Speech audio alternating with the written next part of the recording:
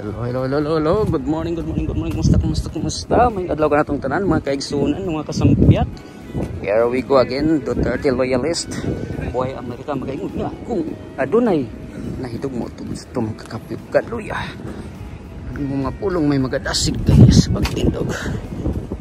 Ang init-init, guys. Kapala ko ng anak ko. Good morning, good noon, good afternoon kung saan man kayong lupalok sa mundo. Ngayon alas 12 na dito sa Brooklyn, New York. Kagabi pala yung yung maisog ba yan sa Pampanga? Kagabi ba yun?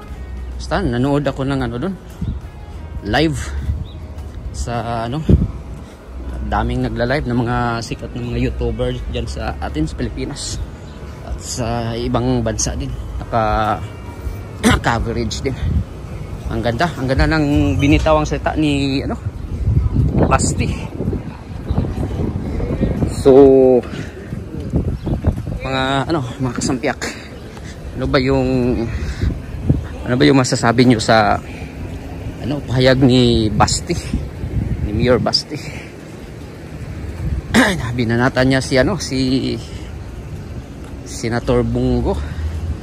So ang mga tanso naman, ang mga mixed colors ngayon, tuwang-tuwa. Marami na silang pang-content content nila sa maisog at content nila tungkol kay Bungo. Big deal sa mga talaga, mga makakaliwa. Para sa akin, mga kasampiak, okay lang naman, heads up lang yun. Parang warning yun kay Senator Bungo na mulat simula, saan ka na ba ngayon? Kasi mulat simula, parang first son ka pa ni Tatay Digong Tapos ngayon, bigla ka lang nawala sa radar. Saan ka na ba ngayon? Yeah, heads up. Dapat kasi dapat talaga na magsasalita dyan kasi parang ginago na talaga yung Davao Parang minarsyalot na yung Davao, binalahura na. So, saan ka ba ngayon? Senator Bungo, Senator Bato, sila yung dapat nauna dyan.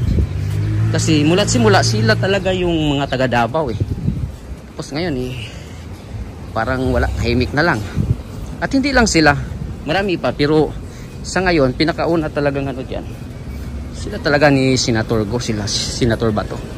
Lalo na si Senator Bungo kasi kanang kamay ni Tatay Digong.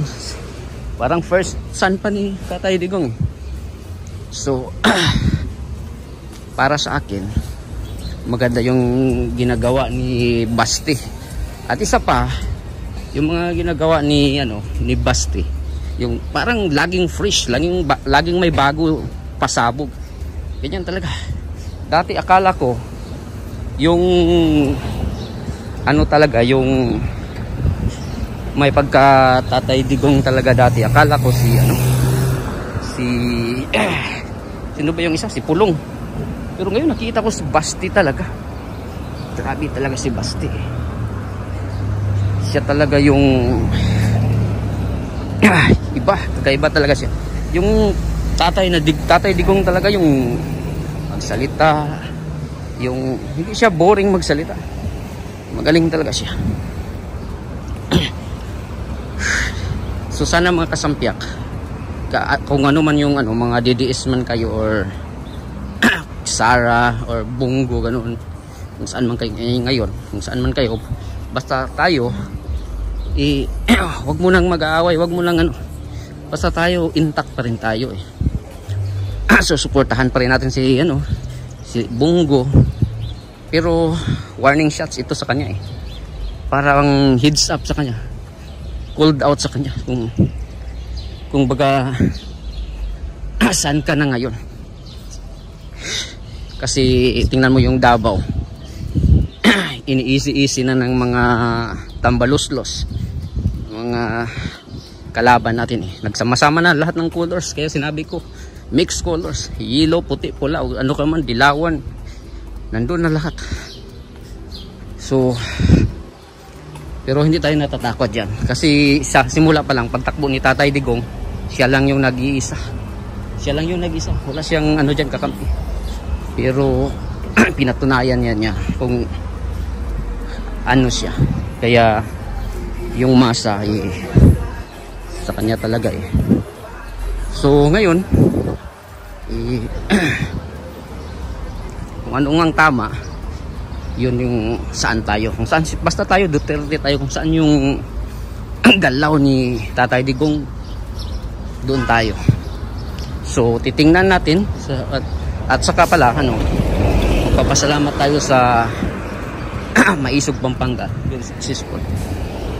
Kaya nga sabi ni Basti, yung mga taga Pampanga talaga totoong may isog hindi sila nagpatinag